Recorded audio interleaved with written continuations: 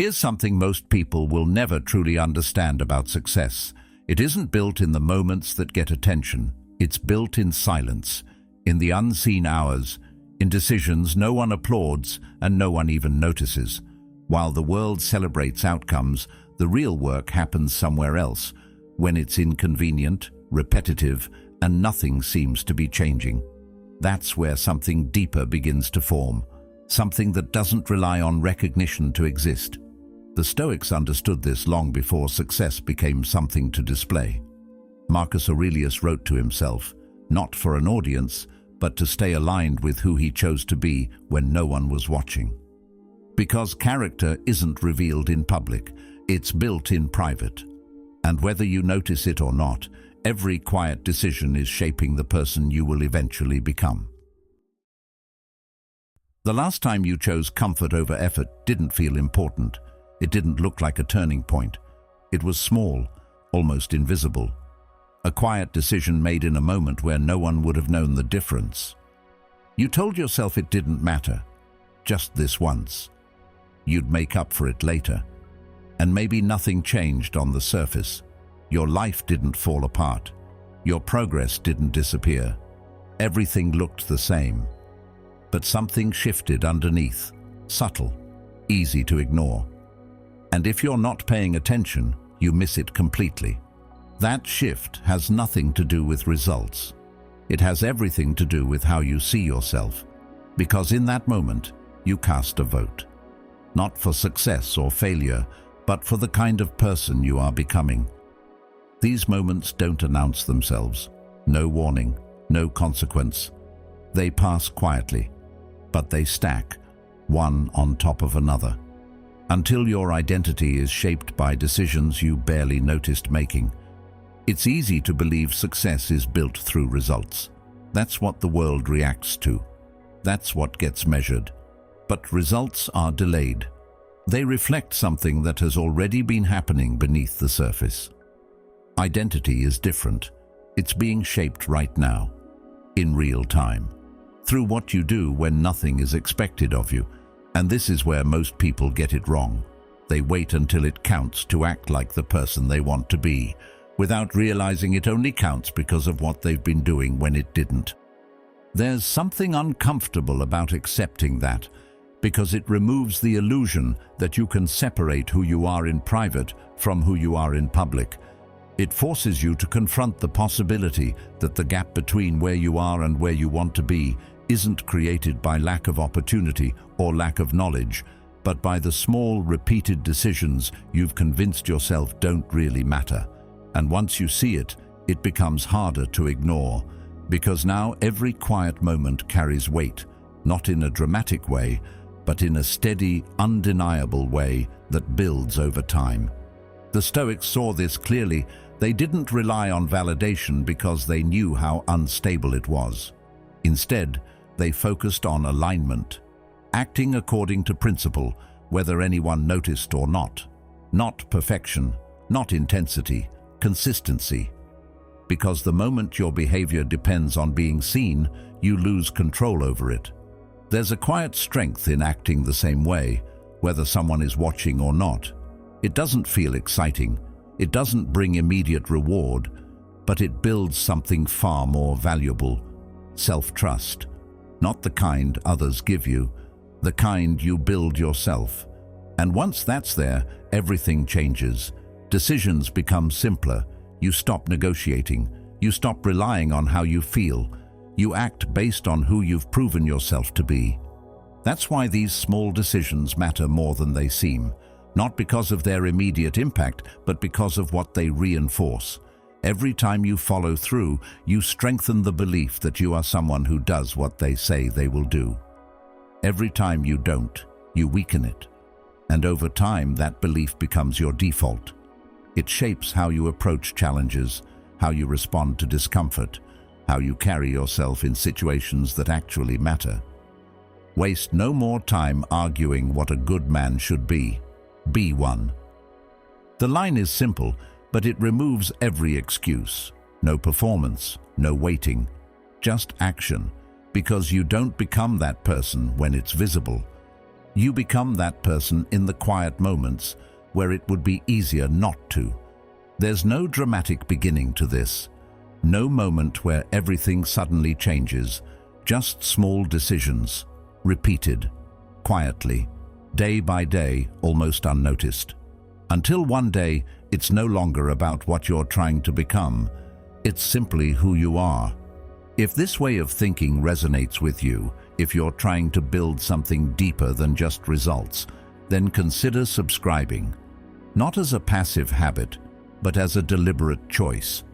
Because what you choose to return to each day quietly shapes who you become, and subscribing to ideas that strengthen your mind is one of those choices. So the next time you find yourself in one of those quiet moments, where the easier option is right there and no one would ever know the difference, pause for a second. Not to overthink it, not to pressure yourself, but to recognize what's actually happening. Because that moment isn't separate from your future, it's directly connected to it. And the choice you make there, no matter how small it seems, is shaping something far more important than the outcome you're focused on. It's shaping you. It sounds simple when you say it out loud. Do the work whether anyone is watching or not.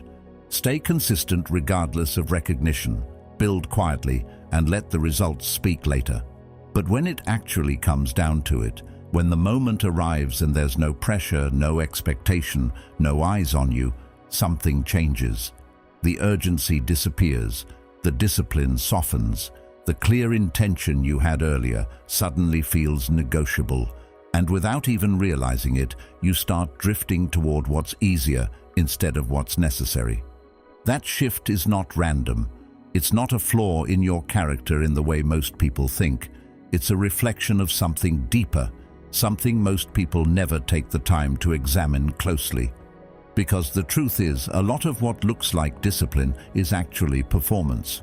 Not in a fake or dishonest way, but in a subtle, unconscious way that blends into everyday life. You show up differently when there are expectations attached. You push harder when there's a deadline, when someone is counting on you, when your actions are visible. And that version of you feels real, it feels like who you are. But remove all of that. Take away the structure, the accountability, the attention, and suddenly it becomes harder to access that same level of effort. This is where the illusion begins to crack. Because if your behavior changes depending on who is watching, then it was never fully yours to begin with. It was influenced, shaped, and sustained by something external. And once that external factor disappears, there's nothing left to hold it in place. That's why motivation feels so unreliable. It isn't just about energy or mood. It's often tied to visibility, to the subtle awareness that what you're doing is being observed, evaluated, or acknowledged in some way. Without that, the mind starts looking for reasons to delay, to soften, to wait for a better moment that never quite arrives. There's an uncomfortable honesty in recognizing that, because it forces you to question the foundation of your actions. Are you doing what you do because it matters to you, or because it matters how it looks? Are you consistent because you've built that into who you are, or because inconsistency would be noticed? These aren't easy questions to sit with. They don't have quick answers. But they reveal something important. They show you where your effort is coming from, and more importantly, where it disappears when no one is there to reinforce it. This is the point where most people quietly disengage, not in a dramatic way, not with a clear decision to stop, but through small compromises that feel harmless in isolation. Skipping once, delaying once, telling yourself you'll get back to it tomorrow, and because nothing immediately falls apart, it becomes easier to repeat. The absence of consequence creates a false sense of control, as if these decisions don't really count. But beneath that surface, something is slowly being shaped. Not your results, not yet, but your relationship with effort itself. Without an audience, there's no reward for showing up and no penalty for stepping back, and that's exactly why this space matters more than any other, because it strips everything down to the core. No validation, no pressure, no external reason to continue, just you and the choice in front of you. And in that stripped-down moment, what you do reveals something far more honest than any performance ever could. It shows whether you are actually committed or simply attached to the idea of being seen as someone who is. This is where the real work begins. Not the kind that looks impressive or feels immediately rewarding, but the kind that forces you to confront yourself without distraction. The kind that asks whether your standards still apply when no one else is around to measure them. It's quieter, slower, less exciting, but it's also where something more stable can start to form. Because once your actions are no longer dependent on being seen, they become something you can actually rely on. Epictetus captured this idea in a way that cuts through the noise of motivation and performance. Don't explain your philosophy, embody it. There's no audience required for that. No external validation needed. Just a clear alignment between what you believe and what you do, regardless of circumstance. And that alignment is what most people are missing. Not because they don't understand what to do, but because they haven't separated their actions from the need to be seen doing them. When you begin to notice this pattern, things start to shift in a subtle but important way. You become more aware of when your effort is tied to visibility. You start to recognize the moments where you're tempted to ease off, simply because it won't be noticed. And instead of reacting automatically, you have the option to choose differently, not out of pressure, not out of guilt, but out of clarity. Because now you understand what's actually happening beneath the surface. That awareness doesn't make the process easier right away. There will still be resistance. There will still be moments where comfort feels more appealing than effort. But over time, something begins to change. The gap between who you are in public and who you are in private starts to close. The need for external reinforcement weakens, and in its place, a quieter form of discipline begins to take hold. One that isn't dependent on being seen, because it was never built for that in the first place. And that's where consistency becomes real. Not when it's convenient, not when it's visible, but when it continues without either. Because at that point, it's no longer something you turn on and off depending on the situation. It's something that exists regardless of it. There's a quiet point where philosophy stops feeling abstract and starts becoming something you can actually observe in yourself. Not in big, dramatic ways, but in small patterns that repeat so often they almost go unnoticed. This is where psychology begins to catch up to what thinkers have been pointing at for centuries. Not through theories alone, but through something far more grounded. Your brain doesn't keep track of what you intend to do. It doesn't reward you for plans, ideas, or even strong motivation. It pays attention to what you actually execute, and more importantly, what you repeat. At first, that seems almost too simple to matter. You follow through on something once, and nothing really changes. You skip something once, and again, nothing obvious happens. There's no immediate shift in your results, no visible consequence that forces you to take it seriously. That's what makes it deceptive. Because while the surface stays the same, something deeper is being adjusted quietly. Not your circumstances, but your internal sense of reliability. Every action you take is being recorded. Not as a memory you consciously review, but as evidence your mind uses to decide what kind of person you are. And that evidence doesn't need to be dramatic to be powerful. It builds slowly through repetition. When you follow through, even on something small, you reinforce a version of yourself that acts with consistency. You send a signal that your decisions carry weight, that when you say you will do something, it actually happens. That signal strengthens over time, layering on itself until it becomes something stable, something you don't question as much. But the same process works in the opposite direction just as easily, and often more quietly. When you don't follow through, nothing seems to break right away. The task remains undone, but the world keeps moving. You tell yourself it's not a big deal, and in isolation, it isn't. But your mind doesn't treat it as an isolated event. It adds it to the pattern. It updates the internal narrative, even if you're not aware of it happening. And that's where things begin to shift. Not externally, but internally. The next time you make a commitment, there's a slight hesitation, a subtle doubt, not loud enough to stop you, but present enough to change how you approach it. This is where people often misinterpret what's happening. They assume they've lost motivation, or that the task itself is the problem. But the real issue is deeper than that. It's not about energy, it's about trust. The trust you have in your own follow-through. And once that trust begins to erode, everything connected to it becomes unstable. You second-guess more. You delay more. You rely more on external factors to push you forward because the internal certainty is no longer strong enough to carry you on its own.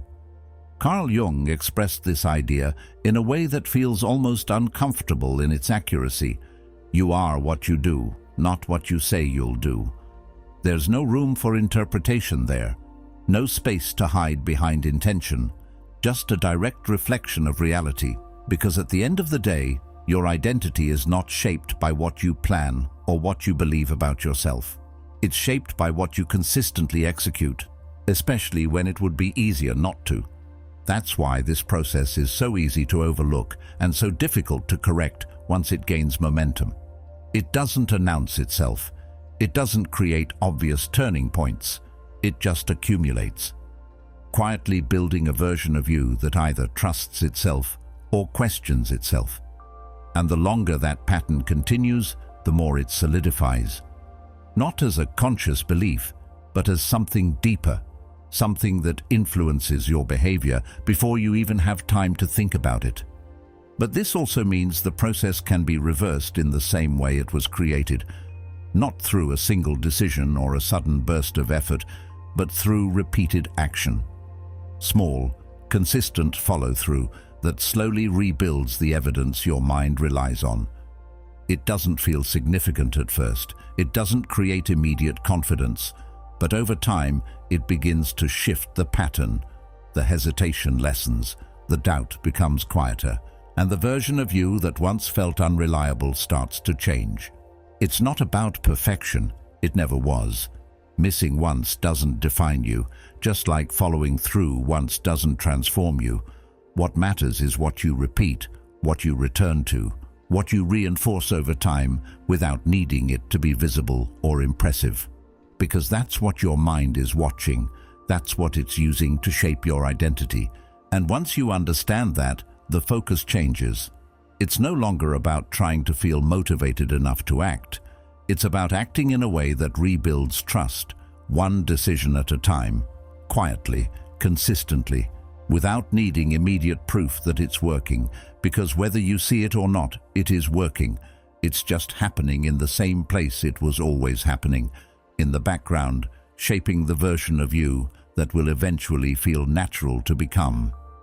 There's a quiet divergence that happens over time, and it rarely looks dramatic when it begins. Two people can start in the same place, with similar intentions, similar energy, even similar goals. At first, there's no visible difference between them. They both show up, they both try, they both believe they're moving in the right direction. But as time passes, something subtle begins to separate them. One keeps going, even when the initial excitement fades, even when the results are slow, even when the effort feels repetitive. The other begins to drift. Not all at once, not with a clear decision to stop, but gradually, through small inconsistencies that seem harmless in isolation. It's easy to assume that the difference comes down to something obvious, talent maybe, or intelligence, or even motivation. But when you look closer, those explanations don't hold up. You've seen people with talent go nowhere. You've seen people with strong motivation burn out just as quickly as they started, and you've probably experienced it yourself, that initial surge of energy that feels powerful in the moment but fades faster than expected. So if it's not those things, then what actually creates that separation over time? It comes down to something quieter, less exciting, but far more stable. Alignment. Not in the abstract sense, but in a very practical, internal sense. Acting in a way that matches what you know is right, regardless of how you feel in the moment. That might sound simple, but it cuts directly against how most people operate. Because most people, without realizing it, allow their actions to be influenced by how they feel. If they feel motivated, they act. If they feel tired, they slow down. If they feel discouraged, they hesitate. And over time, that creates inconsistency, even if the intention remains strong. Alignment works differently. It removes the constant negotiation between feeling and action. Instead of asking whether you feel like doing something, the decision has already been made. The action is no longer dependent on your emotional state. It becomes something you return to repeatedly because it reflects who you've decided to be. And that decision, when it's honored consistently, begins to create stability. Not just in what you do, but in how you approach everything connected to it. The Stoics described this as living according to your nature, but not in the way it's often misunderstood. It wasn't about following impulses or doing what feels natural in the moment. It was about aligning your actions with your reason, with your principles, with the part of you that understands what matters beyond temporary emotion. That's what gives it strength. Because emotions change constantly, they rise and fall without warning. But principles, once defined, can remain steady if you choose to follow them. That choice is where most people struggle, not because they don't know what to do, but because they keep reopening the decision. Every day becomes a new negotiation. Should I do this today? Do I feel up to it? Is this the right moment? And each time that question is asked, there's an opportunity to step away from the commitment that was made before. Over time, that repeated negotiation weakens the structure that consistency depends on. It introduces doubt where there should be clarity. It replaces direction with hesitation. But when the decision is made once and treated as final, something shifts. The question disappears. There's no need to debate or reconsider. The action becomes part of a system rather than a reaction to a feeling. And systems have a different kind of power. They don't rely on how you feel when you wake up. They don't require constant motivation to function. They operate because they've been built to operate, and your role is simply to follow through. Epictetus captured this idea in a way that removes all the complexity around it. First, say to yourself what you would be, and then do what you have to do. There's no mention of waiting for the right mood or the perfect condition, just a clear sequence. Decide, then act, and repeat that action until it becomes part of you. Not because it's easy, but because it's aligned with who you've chosen to become. This is where the separation between people becomes more visible over time. The one who keeps going is not necessarily more motivated. They are simply less dependent on motivation. Their actions are anchored in something deeper, something that doesn't fluctuate with every change in mood. The one who fades out, on the other hand, is often caught in that cycle of waiting to feel ready again. And that feeling rarely returns in the way they expect. The difference compounds, slowly at first, almost imperceptibly. But as days turn into weeks and weeks into months, the gap widens, not just in results, but in identity. One becomes someone who follows through consistently. The other becomes someone who starts and stops, who hesitates, who questions their own ability to stay committed. And that identity, once formed, begins to influence future decisions in ways that reinforce the pattern even further. What makes this difficult is that alignment doesn't feel dramatic. It doesn't create instant rewards or visible recognition. It's repetitive, predictable, sometimes even boring. But that's exactly what makes it effective, because it removes the need for constant adjustment. It creates a steady path that you can return to, regardless of external circumstances or internal fluctuations. Over time, that steadiness becomes its own form of strength.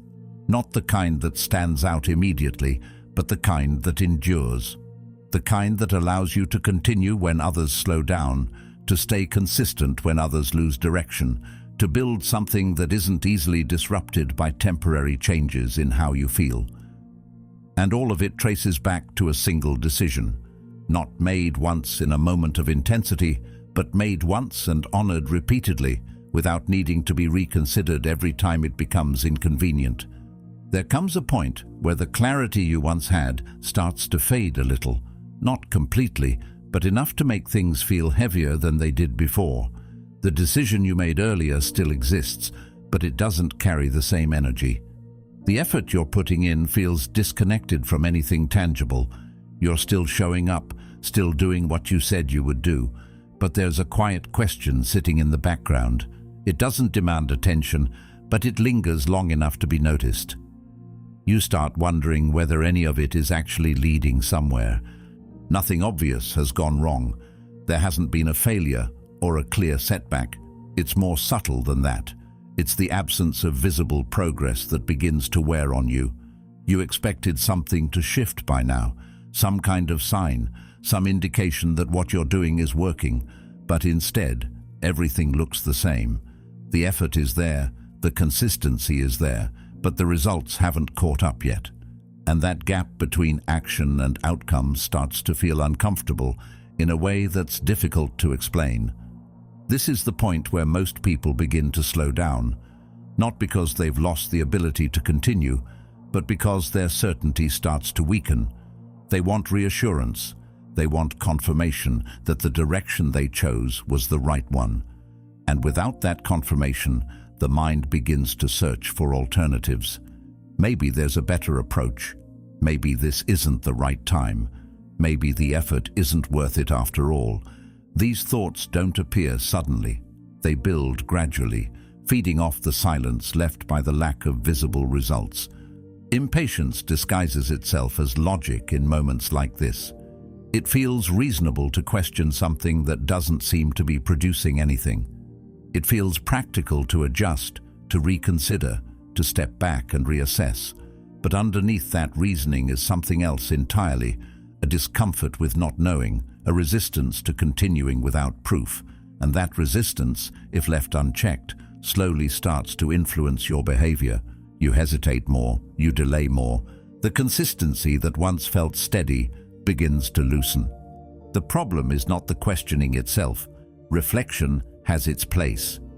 But when that questioning becomes tied to immediate results, it starts to distort your perception of progress, because not all progress is visible right away. In fact, most of it isn't. The early stages of any meaningful change happen beneath the surface in ways that can't be measured or easily observed. And that's where patience becomes more than just a virtue. It becomes a requirement.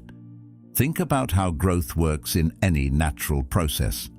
The visible part always comes later. What you see is only the result of something that has already been happening for a long time out of sight. The same principle applies here. The effort you're putting in is not wasted just because it hasn't produced a visible outcome yet. It's building something underneath, something that needs time to develop before it can show itself. But that development requires continuity. It depends on you continuing, even when there's no external proof to support it.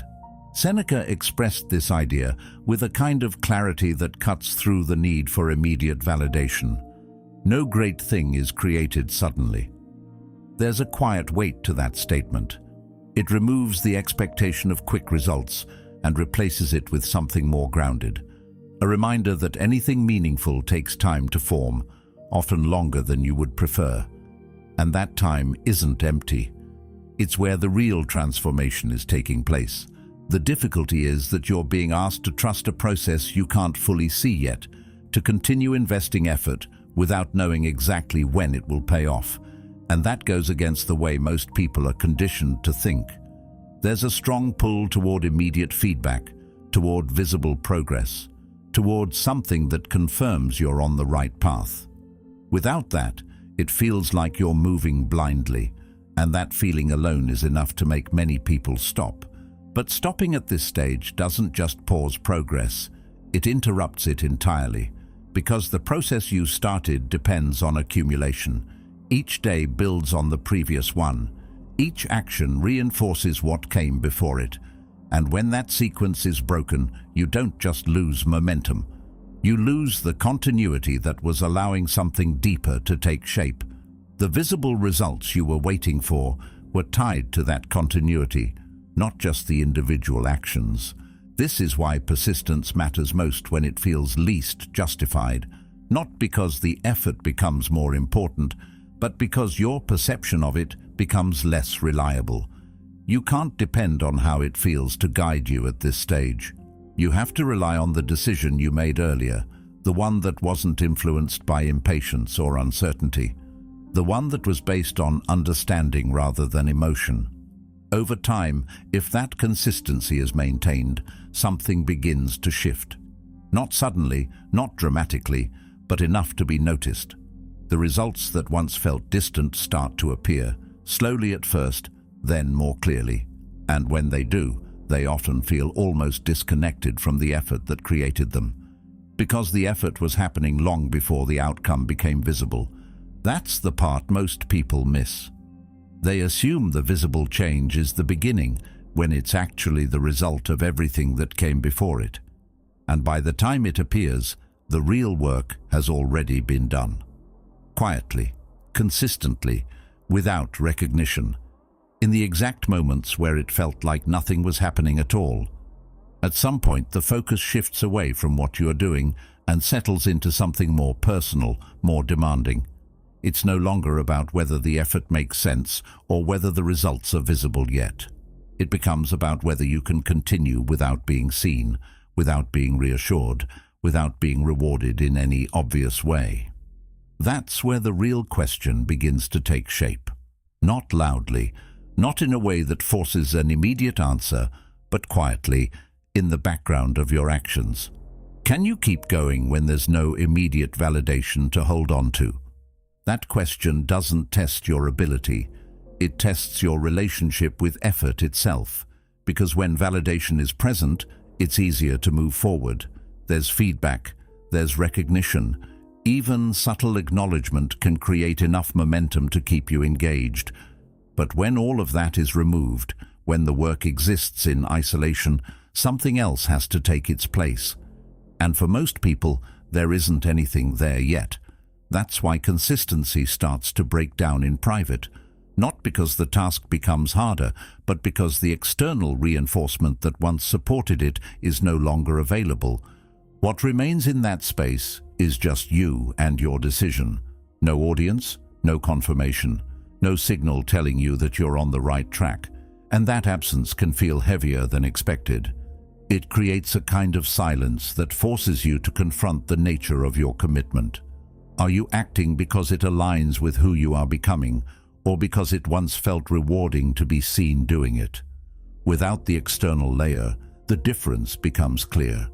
And that clarity, while uncomfortable at first, is necessary for something deeper to form. Because this is where discipline begins to change its nature. At the beginning, it often feels like something you apply, something you use to push through resistance, to override discomfort, to stay on track despite how you feel. It requires effort.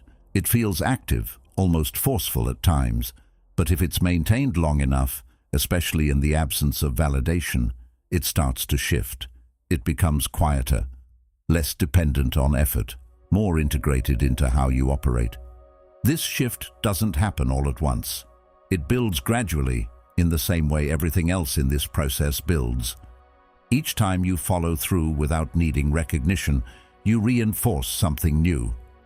Not just the action itself, but the identity behind it. You begin to see yourself differently, not as someone who is trying to be disciplined, but as someone who simply is. And that distinction, while subtle, changes everything. Carl Jung once expressed it in a way that captures this transformation precisely. Until you make the unconscious conscious, it will direct your life, and you will call it fate. When your actions depend on external validation, you're often being guided by patterns you haven't fully examined. The need to be seen, to be acknowledged, to feel confirmed in what you're doing. But when you continue without those things, you bring those patterns into awareness. You see them for what they are, and in doing so, you loosen their control. As that awareness grows, the internal resistance that once felt so strong begins to lose its influence.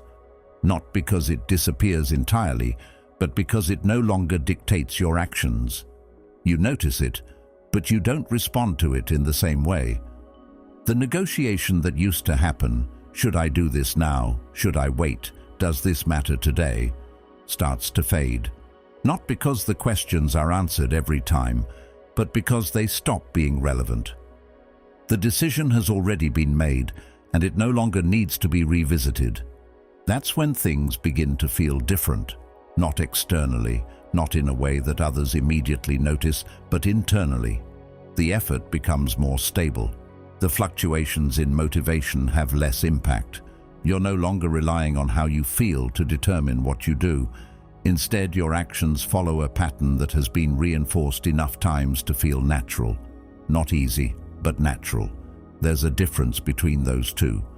Easy suggests the absence of difficulty. Natural suggests the absence of conflict. And it's that absence of conflict that makes everything else more manageable. You're not constantly deciding whether to act. You're not weighing options every time something becomes inconvenient. The path is already set, not rigidly, but clearly. You know what you do, and you do it. Not because it always feels good, but because it no longer depends on feeling good to begin with. This is where discipline becomes something deeper than effort. It becomes part of your identity, not in a way that needs to be declared or proven, but in a way that shows up consistently in your behavior. You don't think about it as much. You don't question it as often. It's simply there, guiding your actions without needing constant reinforcement. And once that happens, something else becomes possible. Growth that isn't interrupted by inconsistency. Progress that doesn't reset every time motivation fades.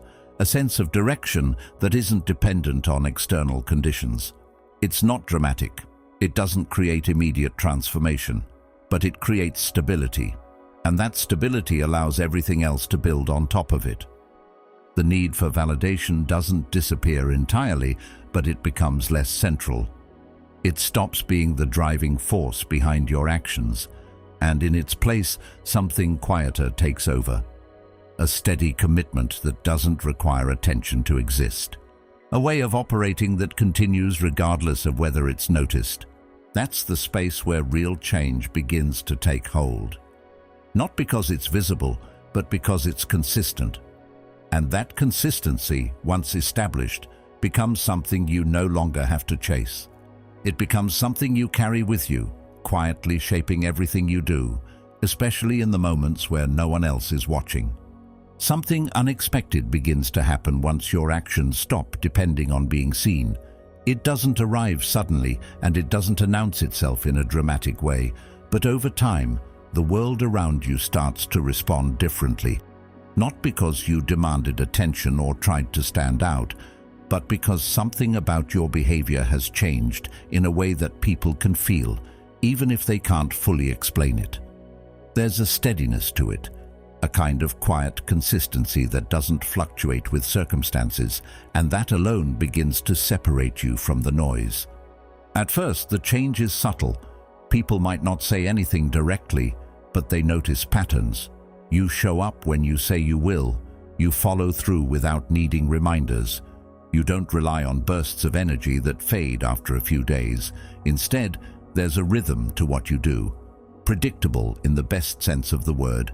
And predictability, while often overlooked, carries a kind of weight that's hard to replicate through anything else. Because in a world where most people are inconsistent, where effort comes and goes depending on mood or convenience, the person who remains steady becomes something rare. That rarity doesn't come from doing something extraordinary every day. It comes from doing ordinary things without interruption. From maintaining a standard that doesn't shift based on who is watching or what is expected in the moment. And over time, that consistency starts to build a form of trust, not just internally, but externally as well. People begin to recognize that you are someone they can rely on, not because you told them, but because you've shown them repeatedly without needing to draw attention to it. Trust builds slowly, but once it's established, it carries influence. Opportunities begin to appear, not because you chased them, but because your consistency made you someone worth choosing. People gravitate toward reliability. They invest in stability.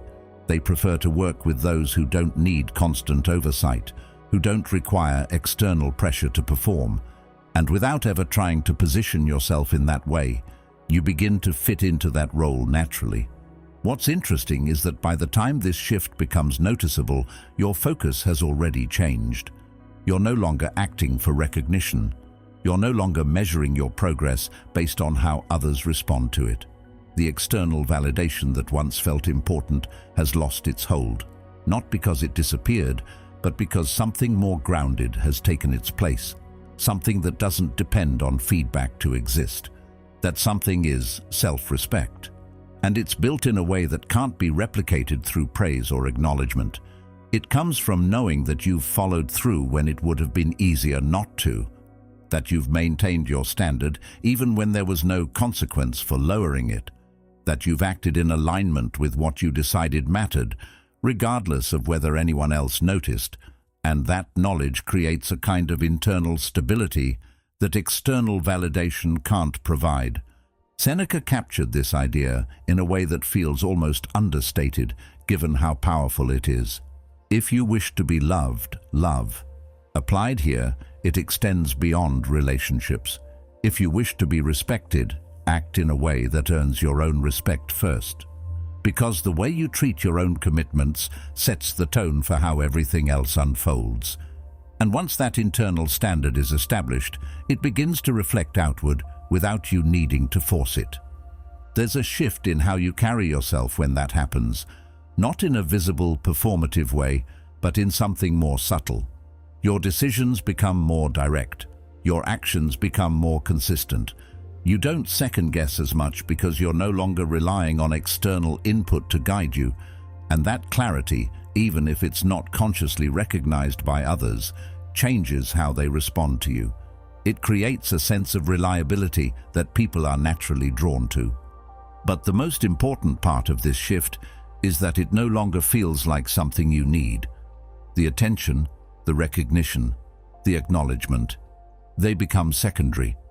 Not irrelevant, but no longer essential, because what you've built internally holds more weight. It's more stable. It doesn't fluctuate based on circumstances, and that allows you to continue without being affected by whether or not others notice. This is where the process begins to sustain itself, not through external reinforcement, but through internal alignment. The actions you take are no longer tied to outcomes in the same way. They exist because they've become part of who you are, and that consistency, once established, continues without needing constant motivation or validation to support it. The external response is simply a byproduct, a reflection of something that was built long before it became visible. And by the time it appears, it doesn't carry the same significance it once might have. Because the real value was never in being seen. It was in becoming someone who no longer needed to be. There's a part of this process that rarely gets the attention it deserves. Most conversations around success focus on outcomes, milestones, visible achievements that can be pointed to as proof that something worked. But those outcomes are only one layer of the story, and often not the most important one, because achieving something is one thing, sustaining it is something entirely different. And the difference between the two isn't found in what you reach, but in who you become along the way. It's easy to build something under pressure. Deadlines, expectations, external demands can push you to perform at a high level for a period of time. You rise to the occasion, you deliver, and for a moment it feels like you've become the person you needed to be. But once that pressure is removed, once the environment changes and the urgency fades, what remains is what truly defines you. If the effort was driven primarily by external forces, it tends to fade with them, and what looked like growth reveals itself as something temporary.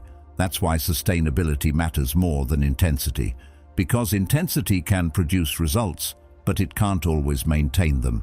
It relies on conditions that don't last forever. Motivation, urgency, recognition, these things fluctuate. They come and go. And if your actions depend on them, your consistency will fluctuate in the same way. But when something is built internally, when it becomes part of how you operate regardless of circumstance, it stops depending on those external factors to continue. This is where the idea of becoming someone takes on a different meaning.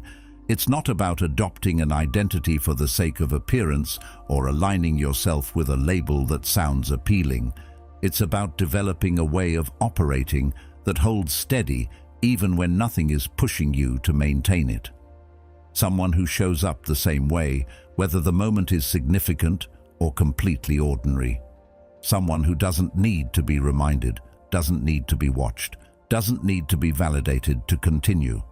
That kind of consistency isn't built through occasional effort. It's built through repetition in the exact moments where it would be easier not to follow through. The quiet moments, the ones that don't feel important at the time, the ones that don't offer any immediate return. That's where the foundation is formed. And that foundation determines whether what you build can last or whether it collapses once the external support is removed. There's something almost invisible about this process. It doesn't create a clear before and after. It doesn't announce itself as a transformation. Instead, it shows up in how you respond to situations that used to disrupt you. The things that once caused inconsistency begin to have less influence. The need for recognition fades. The reliance on motivation weakens, and what replaces them is something quieter but far more stable. Aristotle captured this idea in a way that aligns closely with what this process demands. We are what we repeatedly do. Excellence, then, is not an act, but a habit. There's a simplicity to that statement, but also a depth that becomes clearer over time, because it removes the focus from individual moments of performance and places it on what you consistently return to. Not once, not occasionally, but repeatedly, especially when it would be easier not to. That repetition shapes more than just your actions. It shapes your identity, and that identity determines how sustainable your success actually is. Because if what you've built depends on constant external input to maintain, it's always at risk of fading. But if it's rooted in something internal, something that continues regardless of circumstance, it becomes far more stable. It becomes something you can carry with you, rather than something you have to constantly rebuild. This is why the version of success that lasts is rarely the one that gets the most attention. It's not loud. It's not always visible. It doesn't rely on being displayed or recognized to feel real. It exists independently of those things, built through consistent action over time without needing to prove itself at every step. And because of that, it's less affected by external changes. It doesn't rise and fall with circumstances in the same way. There's a kind of freedom in that. Not the kind that comes from achieving something and then stopping, but the kind that comes from knowing you can continue without needing everything to be perfect, without needing ideal conditions, without needing to feel a certain way before you act, because the process has already been integrated into how you operate. And that's what makes it sustainable. Not the outcome itself, but the person who can maintain it. Someone who doesn't depend on pressure to perform or recognition to stay consistent. Someone who has built something internally that continues even when nothing external is reinforcing it. That's the version of success that doesn't fade, because it was never built on something temporary in the first place. In the end, it comes back to the same quiet moments where all of this started. The ones that seemed insignificant at the time. The ones where no one was watching and nothing felt urgent. Those were the moments where everything was being shaped. Not just what you would achieve, but who you would become.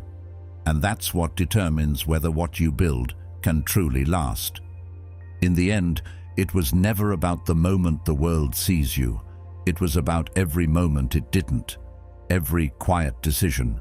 Every unseen effort, Every time you chose to stay aligned when it would have been easier to drift. That's where everything was decided. That's who you became. If this way of thinking speaks to you, there's another video on your screen that goes even deeper into this path. Take a step further into it. And truly, thank you for being part of Stoic Journal.